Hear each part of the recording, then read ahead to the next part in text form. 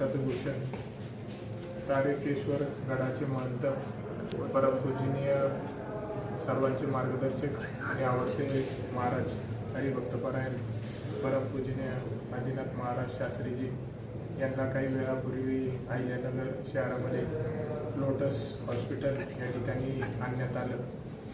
आणण्यापूर्वी महाराजांचं माझं फोनवरती बोलणं झालं. अतिशय तब्येत त्यांची व्यवस्थित होती आणि आणल्यानंतर देखील ॲडमिट होताना त्यांच्याशी व्यवस्थित बोलणं झालं. म्हणजे तब्येत त्यांची ठीक आहे.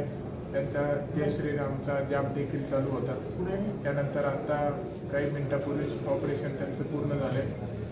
अतिशय व्यवस्थित ऑपरेशन झालं आहे. डॉक्टरांशी बी मी बोललो आहे. सर्व अहिल्यानगरचे टॉप चांगले डॉक्टर या ठिकाणी आलेले आहेत. म्हणून ज्या काही गेल्या काही वेळापासून अफवा होत आहेत की काही महाराजांनी स्वतःला काही करून घेतलं आहे, आत्महत्याचा प्रयत्न केला आहे, तर सर्वांना एवढीच विनंती आहे की अशा खोट्या अफवा काही कुणी पसरू नये. महाराजांशी आत्ताच बोलणं झालं आहे. अतिशय व्यवस्थित तब्येत आहे, व्यवस्थित बोलणं चाललं आहे.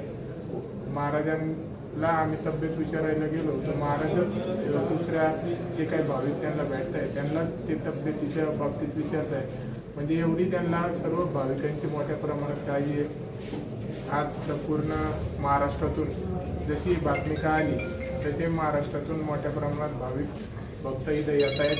त्यांचं मोठं एक आशीर्वाद त्यांच्या पाठीमागं दिव्य शक्ती आहे. म्हणून महाराजांना काहीच झालेलं नाही आणि काही होणारही नाही. ते निश्चितपणे चांगल्या पद्धतीने आपल्याला 1-2 दिवसातच समोर येऊन सगळ्या गोष्टीची माहिती देतील.